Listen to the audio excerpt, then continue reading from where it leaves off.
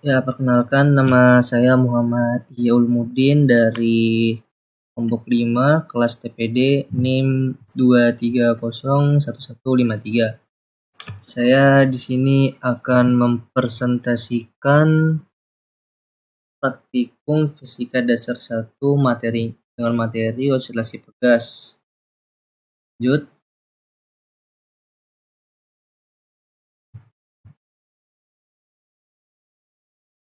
La ilaha illallah. Apa nih? Ya, perkenalkan nama saya Muhammad Ihya Ulumuddin.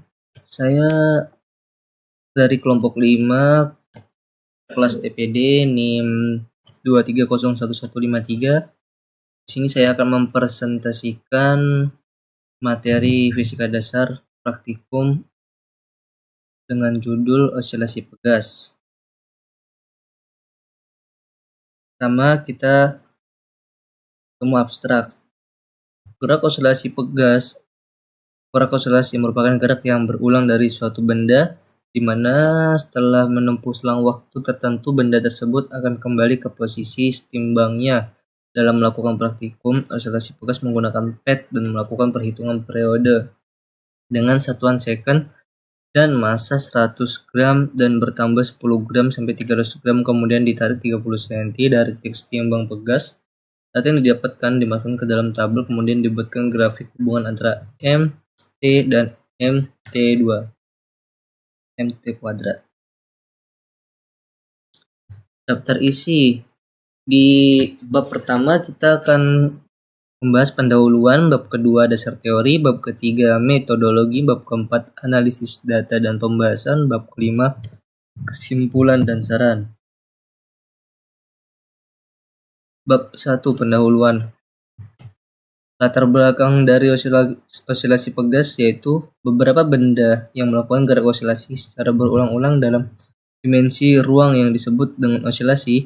Osilasi adalah suatu gerak bolak-balik di sekitar kesetimbangan. Kesetimbangan adalah keadaan di mana suatu benda berada pada posisi diam jika tidak ada gaya yang bekerja pada benda tersebut. Gerak osilasi dapat terjadi pada osilator linear. Osilator non-linear merupakan osilator yang memiliki suatu sistem yang bersifat tidak tetap, gampang berubah, susah dikontrol, dan susah diprediksi. Sistem tersebut memiliki tingkat sensitivitas yang tinggi. Salah satu contoh osilator non-linear pada sistem pegas.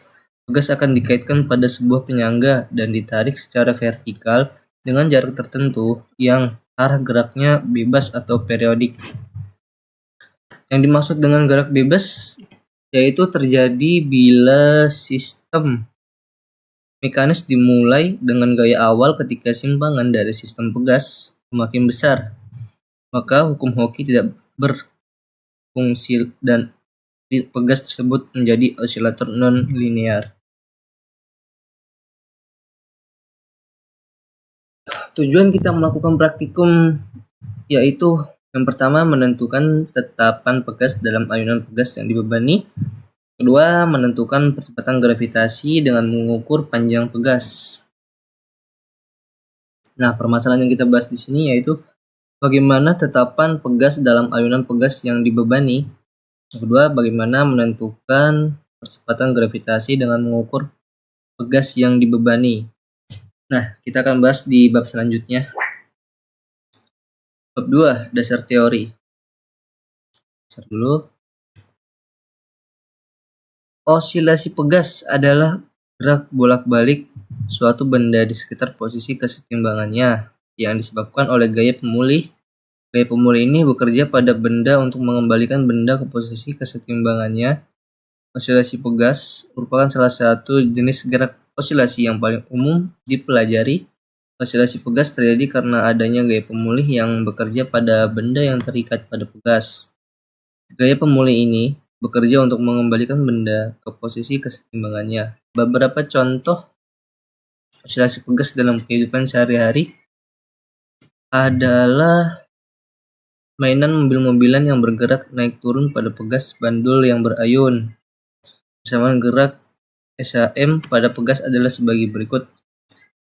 X buka kurung T tutup kurung sama dengan A cos W T, di mana X T adalah simpangan benda pada waktu, A adalah amplitudo, W adalah frekuensi sudut.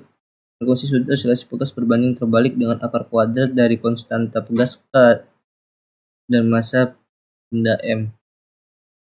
Ini ada rumusnya ya.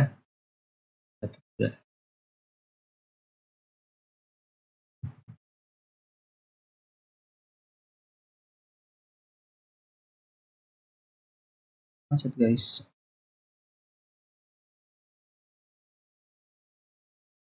Persamaan gerak osilasi pegas adalah sebagai berikut. Xt sama dengan A cos Pt plus fase, di mana T adalah simpangan benda pada waktu, A adalah amplitudo yaitu simpangan maksimum dari posisi kesetimbangan, W adalah frekuensi sudut yaitu 2 pi per T, T adalah periode yaitu waktu yang dibutuhkan untuk benda untuk menyelesaikan satu osilasi penuh. P adalah fase yaitu sudut simpangan benda pada saat T sama dengan 0. Hukum 2 Newton dapat diterapkan pada benda yang mengalami gerak harmonis sederhana dengan F adalah gaya pegas seperti berikut, di mana M merupakan massa pegas, A merupakan percepatan, dan K merupakan tetapan pegas. Persamaan ini menyatakan hubungan X dan T, posisi dan waktu, tetapi mengandung suku dalam bentuk diferensial dan disebut persamaan diferensial. Jika kita ingin mencari solusinya, artinya kita ingin mencari suatu fungsi yang menyatakan kedudukan benda dan memenuhi persamaan diferensial di atas. Jelas bahwa X adalah fungsi waktu yang bila diturunkan 2 kali terhadap T akan menghasilkan percepatan. Solusi umum dari persamaan diferensial di atas, jika suatu beban yang telah terukur massanya digantungkan pada pegas secara vertikal lalu digetarkan dan dihitung periode getarnya, maka konstanta pegas tersebut dapat dihitung. Ketelitian yang lebih tinggi dapat diperoleh bila percobaan seperti ini dilakukan berulang-ulang untuk beban yang berbeda-beda.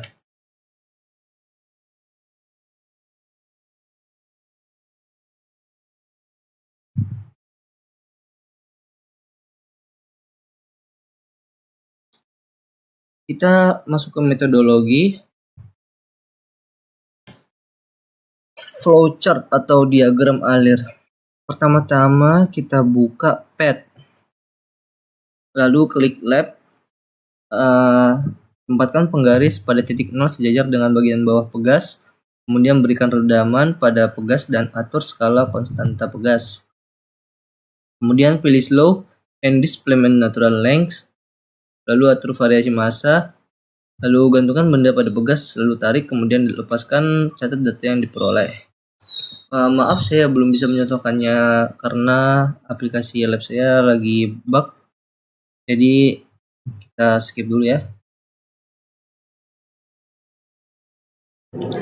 Masya Allah, salah guys, jauh banget dah. Sini kita lanjut ke alat yang dibutuhkan, yaitu pad simulasi, laptop atau komputer, Microsoft Excel. 3 ini ya yang penting. Pad untuk kita mengetahui yang kita praktikumkan, laptop adalah hardware-nya, pad itu software-nya, Microsoft Excel itu membuat grafiknya nanti akan saya tunjukkan. Lanjut prosedur kerja. Yang pertama kita buka link pad projectile motion simulation. Kedua klik lab. Ketiga kita tempatkan penggaris pada titik 0 sejajar dengan bagian bawah pegas. Keempat, berikan redaman pada pegas dan atur skala konstanta pegas sesuai instruksi dari asisten praktikum. Kelima, pilih slow and displacement natural length. Keenam, untuk menggunakan massa, gunakan bilah geser di bagian atas, atur di bagian sini. Atur variasi massa, atur nilai massa sebelum menempatkannya pada pegas. Ketujuh, gantungkanlah benda pada pegas, lalu tarik tabung itu sedikit ke bawah, dan kemudian lepaskan. Ke-8, catat waktu yang diperlukan untuk getaran petunjuk besar amplitudo simbakan sebaiknya hampir sama selama getaran. Pengolahan data. Nah, ini data yang kita pakai untuk kita masukkan ke dalam pad tadi. Kalau kita sudah dapat data ini, kita tinggal masukkan saja data ini ke pad yang kita gunakan. Dari data pertama ada damping non, kedua gravitasi 9,81 meter per second, spring konstannya 2, massa 70 sampai 100, kecepatan 2, simpangan 70 cm, getaran 2 kali, balik 2 kali. Yang kedua sama, bedanya cuma spring konstannya 4. Lanjut. Kita sudah masuk ke bab 4, analisis data dan pembahasan. Yang pertama ini tadi data 1. Data 1 ini yang kita dapat dari sini ya. Damping non dan lain-lain ini yang spring konstannya 2. Dapatlah ini. Ini adalah tabelnya, M-nya, masanya, T-nya waktunya, N getaran, T ini waktu, T yang ini tadi agak lupa. Ini tabel, ini grafiknya yang kita buat di Excel dan ditulis di buku millimeter book. Ini grafik M dan T data 1, grafik M dan T data 2, data 1. M, T2, data 1. Spring konstannya 2 ya.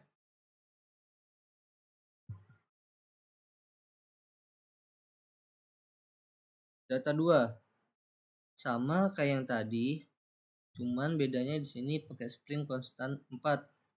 Ini penampakan grafik M dan T data 2. Dan ini penampakan grafik M dan T2 data 2. Ini hasil hitungannya tadi. Hasil kita praktikum menggunakan pad. Kita masukkan sini. Baru lanjut kita ke perhitungan. Ini perhitungan di data 1 ya. Regresi linear spring constant 2. Ini yang data-data yang kita dapat tadi. Lalu kita pakai rumus M sama dengan A sama dengan N. Ini kemudian kita kalau sudah dapat sederhananya atau rumusnya, tinggal masukkan angka, jumlahkan, dapat nih. Konstanta pegasnya kita cari juga K dengan 4pi per M. Ini M-nya ya sudah dapat kita 4 kali 3,14 per M-nya 0,011319 sama dengan nih. Aduh guys, hasilnya kepotong guys. Tapi nanti hasilnya itu 1109. Emang kepotong. Apa ya? Gak tahu kenapa kepotong. Ini kita cari waktu 2pi per M per K 2 kali 3,14, masukin angka yang di atas, dapat hasilnya 0,0595. Lanjut. Ini sama, cuman bedanya yang ini tuh regresi linear spring constant 4. Ini caranya, perhitungannya, dan ini konstanta pegasnya. Di sini kita dapat 0,006. Di sini kita dapat yang konstanta pegasnya 2. 0,093 ini, yang T-nya kita dapat 0,1087. Lanjut pembahasan. Jadi yang kita bahas tadi dari data praktikum yang telah saya lakukan, dapat dilihat bahwa massa beban memiliki pengaruh terhadap periode. Semakin besar massa yang diberikan untuk suatu pegas, maka waktu yang diperlukan akan semakin lama. Sebaliknya, apabila massa beban yang diberikan lebih ringan, maka periodenya akan semakin cepat. Lalu, dapat diketahui bahwa faktor yang mempengaruhi nilai konstanta pegas yaitu massa beban yang diberikan, dan apabila semakin besar massa yang diberikan maka semakin kecil pegasnya. Kemudian, berdasarkan hasil perhitungan yang kami lakukan dengan konstanta 2 dan 4, damping 0, gravitasi 9,81 meter per second, massa beban 7 sampai 100 kelipatan 2 kg, simpangan 70 cm, dan getaran sebaik 2 kali. Kemudian kami lakukan percobaan dan kami catat hasilnya pada tabel. Berdasarkan data tersebut, kami lakukan perhitungan regresi linear hubungan antara M dan T dan juga M dan T2 T kuadrat untuk menentukan gradient. Setelah didapatkan hasilnya, kami lalu menghitung konstanta pegasnya. Jadi itu yang kita bahas tadi selama praktikum, dan ini rangkumannya, kira-kira begitu. Kita masuk ke kesimpulan dan saran. Kesimpulan yang saya dapat, berdasarkan percobaan terhadap penambahan massa yang digantungkan pada pegas, semakin besar massa yang diberikan untuk digantungkan pada pegas, maka akan semakin besar juga periodenya. Semakin besar skala pada spring konstan, maka akan semakin besar pula konstanta pada pegas. Tetapi jika skala yang diberikan kecil, maka konstanta pada pegas akan kecil juga. Nah, saran saya sih lebih ke memahami keseluruhan materi yang akan dipraktikumkan ya, belum dilaksanakannya kegiatan praktikum. Soalnya kalau kita sudah di dalam itu, kita harus siap dengan berbagai macam pertanyaan yang diajukan oleh asisten praktikum. Kedua, lebih teliti ketika melakukan pendataan dan perhitungan agar hasil yang kita dapatkan bisa lebih akurat. Ya, itu betul banget. Kita jangan sampai teledor untuk menghitung salah satu angka, hasilnya akan berbeda. Lanjut. Daftar pustaka. Ini yang tadi di dasar teori itu, semua tuh ada di modul Fisika Dasar 1, Laboratorium Fisika Dasar Institut Teknologi Bandung tahun 2022, seleksi harmonis sederhana. Dan Wilda Febri, Fisika Fakultas MIPA Universitas Negeri Malang 2015, kajian gerak osilasi pasangan antara gas dan bandul. Dan Survey Raymond dan John W. Gimets, GR 2004, Physics for Scientists and Engineers with Modern Physics, edisi 8, osilasi harmonik sederhana. Ini sumber-sumber yang bisa kalian baca untuk memperdalam ilmu tentang osilasi pegas. Ya, sekian dari saya. Terima kasih.